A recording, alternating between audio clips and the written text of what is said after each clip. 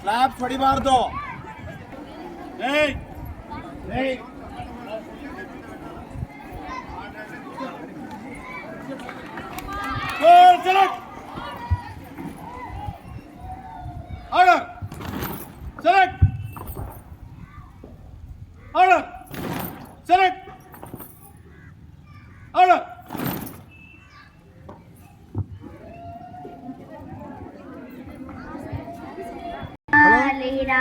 మన స్వాతంత్ర్య ఎగరాలి మన జాతీయ జెండా ఎగిరితే మనకెంతో హాయినిచ్చురా ఎగిరితే మనకెంతో హాయినిచ్చురా హాయినిచ్చురా హాయినిచ్చురా ఎగరాలి మన స్వాతంత్ర్య జెండా ఎగరాలి మన జాతీయ జెండా పెక్కలి వెంకయ్య గారు ప్రతిపాదనరా నువ్వెన్నెల జెండాకే ముక్తి కలిగేరా ముక్తి కలిగేరా మన గాంధీ నెహ్రూ బోసు సింగ్ కలలు పండేరా మన గాంధీ నెహ్రూ బోసు సింగ్ కలలు పండేరా మన భారత మాతకే జాతికే ముక్తి బాటరా ముక్తి బాటరా ఎగరాలి మన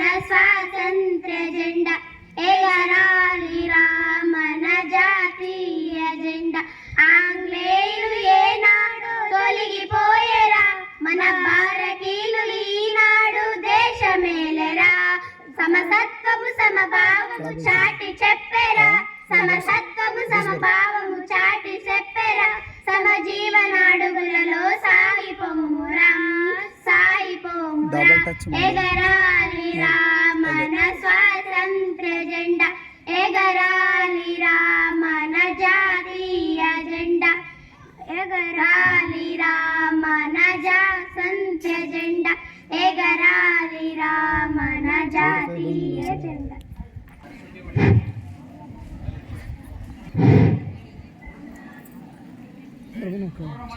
నేటి 77వ గణతంత్ర దినోత్సవ శుభ సమావేశానికి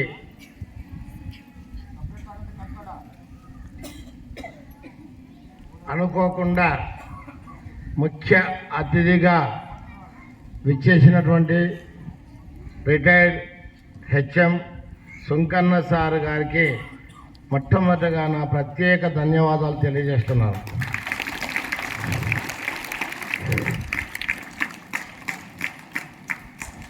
ఈ కార్యక్రమంలో భాగంగా వేదిక మీద ఉన్నటువంటి మన పాఠశాల సీనియర్ ఉపాధ్యాయులు శ్రీధర్ సార్ గారికి, తదితర ఉపాధ్యాయులకు, ఉపాధ్యాయునులకు, ఇక్కడికి విచ్చేసినటువంటి అందరికీ ప్రత్యేకంగా నా యొక్క కృతజ్ఞతలు తెలియజేస్తున్నాను. నేటి 77వ గణతంత్ర దినోత్సవ సందర్భంగా మీ అందరికీ కూడా గణతంత్ర దినోత్సవ శుభాకాంక్షలు తెలియజేస్తున్నాను. Wish a happy republic day, 77th republic day. ఈనాడు మువ్వన్నెల జెండాను మన దేశం గర్వించేలా పాఠశాలలే కాదు దేశం నలుమూలన నేను అదం నుంచి వస్తూ చూశాను. సామాన్య ప్రజలు కూడా వీధులలో జెండా ఎగరవేయడం చూశాను. సో నిజంగా అంటే జెండా పండుగను గుర్తు పెట్టుకోగలిగారు, రిపబ్లిక్ డేను గుర్తు పెట్టుకోగలిగారు అంటే భారతీయుల నరనరాల్లో దేశభక్తి ఉందని దీన్ని బట్టి తెలుస్తుంది. కాబట్టి మన దేశము నేడు మనకిచ్చినటువంటి స్వాతంత్రాన్ని నిజంగా ఒక గొప్ప వరంగా మనం భావించాలి. సరే, ఈ సందర్భంగా మీకందరికీ కూడా చరిత్రను పరిశీలిస్తే చాలా విషయాలు మీకు ఎన్నో విషయాలు తెలుసు. 1947 ఆగస్టు 15 మనకు స్వాతంత్రం రాక మునుపు మన దేశ ఆనాడు ఉన్నటువంటి ప్రజల యొక్క పరిస్థితులు ఎంత దుర్భరంగా ఉండేవో, బ్రిటిష్ వారి పాలనలో ఎలా మన పెద్దలందరూ కూడా మగ్గారో మనందరికీ తెలుసు. అటువంటి సందర్భాలలో మన దేశానికి, దేశ ప్రజలకు స్వాతంత్రం సాధించడానికి నాయకత్వం వహించినటువంటి ఎంతోమంది నాయకులు, మహాత్మా గాంధీ అడుగు జాడల్లో నడిచి దేశ స్వాతంత్రం కొరకు, దేశ ప్రజల దాస్య విముక్తి కొరకు తమ యొక్క విలువైనటువంటి ప్రాణాలు కోల్పోయారు. కాబట్టి ఈ సందర్భంగా మన కొరకు, మన భవిష్యత్తు కొరకు, మన దేశ పురోభివృద్ధి కొరకు అమరులైనటువంటి ఎంతోమంది త్యాగధనులకు మనం ఈ సందర్భంగా అశ్రు నివాళులు అర్పిస్తాం. ఎంతోమంది తమ విలువైన ప్రాణాలు కోల్పోయారు, దేశానికి స్వాతంత్రం తెచ్చారు.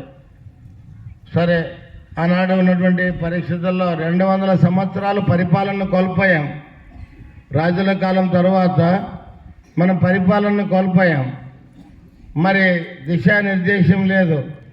అటువంటి పరిస్థితుల్లో ఎవరిని ప్రధానిగా పెట్టుకోవాలో దిక్కుచూచలేని పరిస్థితుల్లో మహాత్మా గాంధీ, పండిట్ జవహర్లాల్ నెహ్రూ పేరు ప్రతిపాదిస్తే ఆనాడు అందరూ కూడా అందుకు ఆమోదం వ్యక్తం చేశారు. సో దేశ ప్రజలు ఎక్కడ కూడా చూడండి, ఎప్పుడు కూడా దేశ అభివృద్ధి, దేశ ఐక్యతకు ఎవరైనా ఒక గొప్పవారు ఒక పేరు ప్రతిపాదిస్తే దాన్ని శిరస వహిస్తున్నారు అందరు నాయకులు కూడా.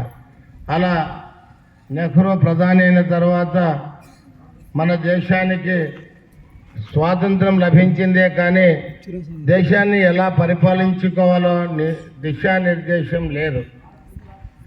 మరి అటువంటి ఇప్పుడు మనం చిన్న ఉదాహరణ, మనకు పాఠశాల వచ్చి ఉంటుంది, మన పాఠశాలకు అన్నీ వచ్చాయి, రూపురేఖలు ఏమి లేవనుకోండి, సరైన ప్రణాళిక లేదనుకోండి, మన పాఠశాలను మనం నడపగలుగుతామా? నడపలేం కదా. సో కాబట్టి మన పాఠశాలను నడపలేం. కాబట్టి మన దేశానికి కూడా ఎలాంటి ప్రణాళికలు లేకుంటే నడపలేం. కాబట్టి ఆనాడు ప్రభుత్వం వాళ్ళు ఒక రాజ్యాంగం చట్టబద్ధంగా పరిపాలన చేసుకోవాలంటే రాజ్యాంగం అవసరమని గుర్తించారు. దాని కృషి ఫలితంగానే మహనీయులు, రాజ్యాంగ నిపుణులు ఎంతోమంది మొట్టమొదట రాజ్యాంగ సభ ఏర్పడడం, దానికి అధ్యక్షుడిగా రాజేంద్ర ప్రసాద్ గారు, తర్వాత రాజ్యాంగాన్ని రచించడానికి అంబేద్కర్ గారి కమిటీని, ఇలా వాళ్ళు సుదీర్ఘంగా ఎన్నో రోజులు కష్టపడి రాజ్యాంగాన్ని రూపకల్పన చేసి దేశ ప్రజలందరికీ ఆమోదయోగ్యమైనటువంటి రాజ్యాంగాన్ని రూపొందించారు. మనం ఒకటి జరుపుకుంటున్నాం, రిపబ్లిక్ డేకు ముందు ఏం జరుపుకున్నాము? Constitution day. 1949వ సంవత్సరంలో అవతరించింది. అప్పుడు కాన్స్టిట్యూషన్ డే జరుపుకున్నాం. మన రాజ్యాంగం అమలులోనికి వచ్చింది. అయితే పూర్తి స్థాయిలో మళ్ళీ కొన్ని పరిశీలనలు, అనేక అంశాల చేర్పులు, మార్పులతో పూర్తిగా 1950 జనవరి 26 నుండి మన భారతదేశాన్ని సర్వసత్తాక గణతంత్ర రాజ్యంగా ప్రకటించుకోవడం జరిగింది. ఏమి సర్వసత్తాక గణతంత్ర రాజ్యం అంటే, మన ఇండియా ఒక సావరిన్ కంట్రీ, అన్ని రకాలుగా శక్తి సామర్థ్యాలు కలిగి మన దేశాన్ని మనమే పరిపాలించుకోగలమని మన దేశ నాయకులు ప్రకటించారు. సో కాబట్టి అలా 1950 జనవరి 26 నుంచి అమల్లోనికి వచ్చినటువంటి కాన్స్టిట్యూషన్ రిపబ్లిక్ డే అంటే గణతంత్ర దినోత్సవము, గణతంత్రము, దేశము పూర్తి స్వతంత్ర దేశం, ఎవరి ప్రమేయం లేదు. అనేక దేశ నాయకుల యొక్క కృషి ఫలితంగా అనేక ప్రణాళికలతో ప్రధాని నెహ్రూ పంచవర్ష ప్రణాళికలు అయితేనేమి, అటు తర్వాత వచ్చినటువంటి లాల్ బహదూర్ శాస్త్రి, తర్వాత శ్రీమతి ఇందిరాగాంధీ, వీళ్ళు ఎన్నో చేశారు. తర్వాత వచ్చినటువంటి ప్రధానమంత్రులు కూడా దేశ అభివృద్ధికి ఎన్నో చేశారు. ఈరోజు మనము పూర్తి స్థాయి స్వాతంత్రము అనుభవిస్తున్నాము. దేశ ప్రజలంతా కూడా గర్వించదగిన, ప్రపంచంలోనే గర్వించదగినటువంటి దేశం మనది. మీకు తెలుసో లేదో, నేడు మంచి ఆర్థిక శక్తిగా ఎదిగినటువంటి దేశం ఏదంటే భారతదేశం.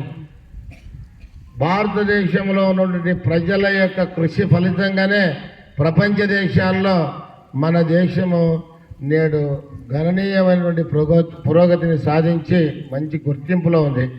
మీరు చూస్తున్నారు ఎన్నో సాంకేతిక విషయాలు, టెక్నాలజీ, ఎడ్యుకేషన్. మీ చిన్న ఇది తీసుకోండి చాలు, విద్యను తీసుకోండి. విద్యలో మార్పులు ఉన్నాయా లేదా? లేవా చెప్పండి.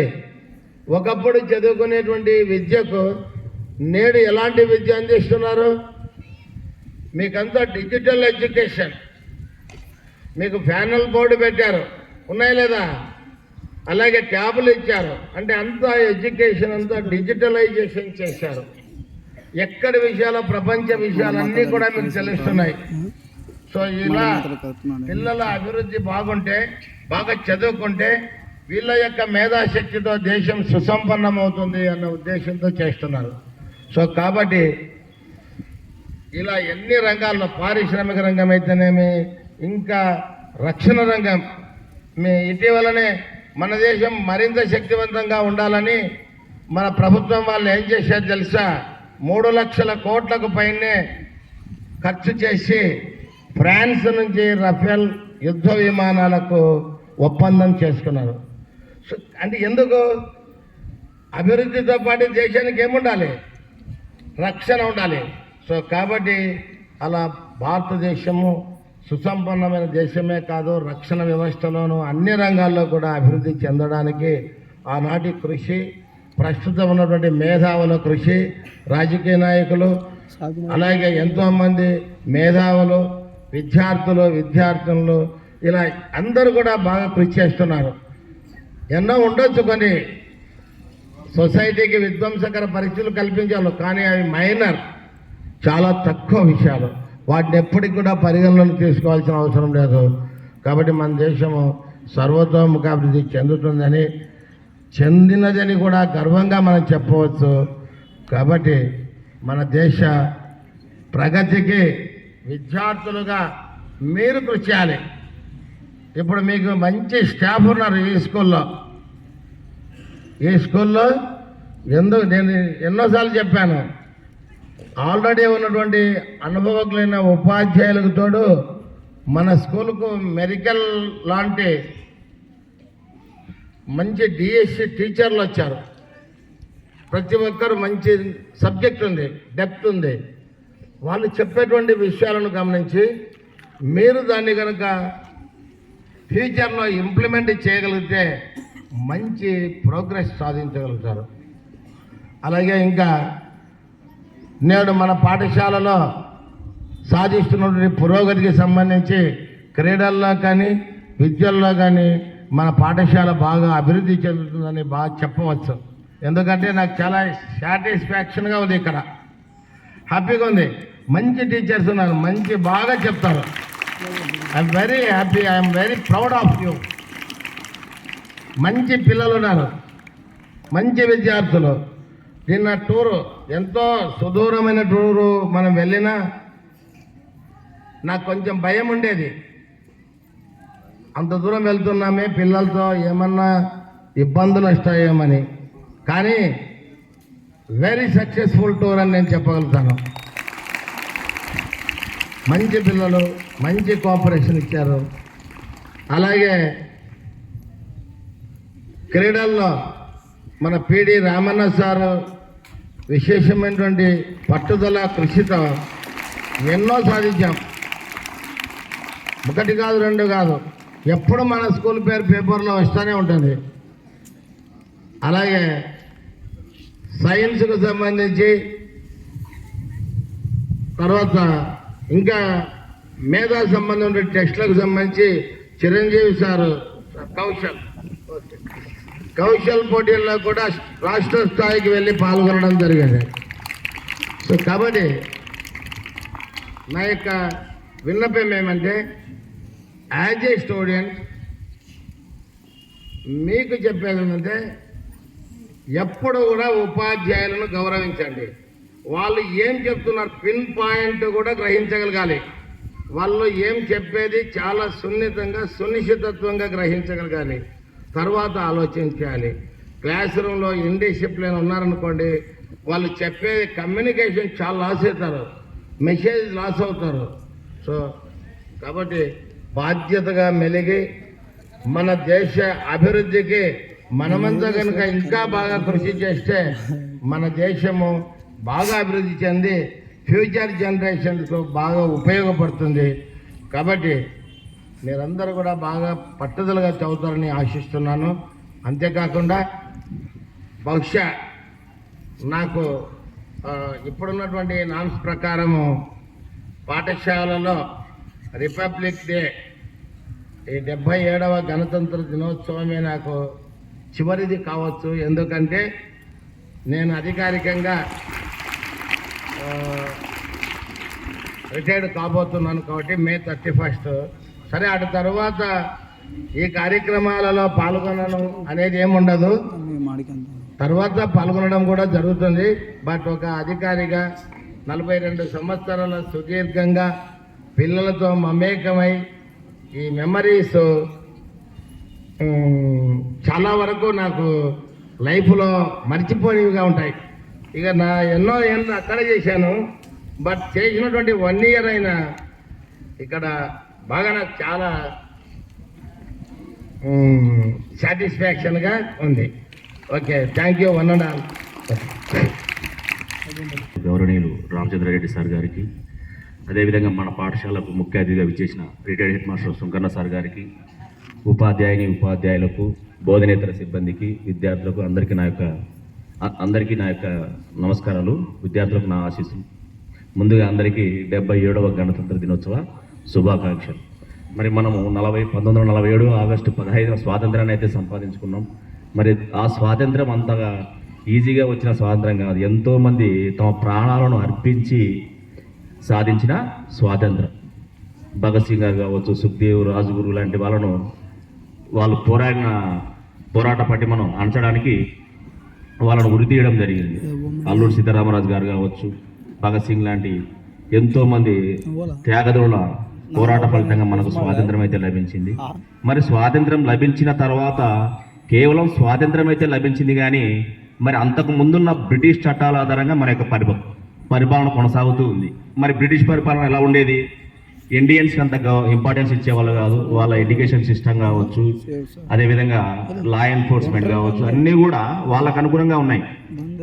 ఈవెన్ కొన్ని చట్టాల్లో ఎటువంటి విచారణ లేకుండా భారతీయులకు శిక్ష విధించే చట్టాలు కూడా వాళ్ళు రాసిపెట్టినారు. మరి ఇలాంటి చట్టాలను మనం అమలుపరుచుకొని అలా పరిపాలన కొనసాగిస్తే మరి దేశ పురోభివృద్ధికి సంబంధించి ఎలాంటి ఉండదు. కాబట్టి మళ్ళీ దానికి సంబంధించి ఒక రాజ్యాంగ కమిటీని ఏర్పాటు చేసి బాబు రాజేంద్ర ప్రసాద్ గారి అధ్యక్షతన డ్రాఫ్టింగ్ కమిటీకి భీమ్రావ్ అంబేద్కర్ గారు పనిచేయడం జరిగింది. మరి ఈ యొక్క రాజ్యాంగ రచనా సంఘానికి అధ్యక్షుడైన భీమ్రావ్ అంబేద్కర్ గారు అందరి అంటే దేశంలోని ప్రజలందరి తరపున, అన్ని వర్గాల తరపున, అన్ని మతాల తరపున కొంతమంది నామినేట్ చేయబడి వాళ్ళందరి సూచన ఆధారంగా రాజ్యాంగాన్ని రచించడానికి ప్రారంభించడం జరిగింది. మరి రాజ్యాంగాన్ని రచించడానికి ఎన్నో దేశాల రాజ్యాంగాలు పరిశీలించారు. ఆఫ్రికా, రష్యా, ఐర్లాండ్ ఇలాంటి అన్ని దేశాల రాజ్యాంగాలు పరిశీలించి అన్ని దేశాల్లో రాజ్యాంగాల్లో ఏవైతే ముఖ్యమైన అంశాలు ఉన్నాయో, ఏవైతే మన దేశానికి బాగా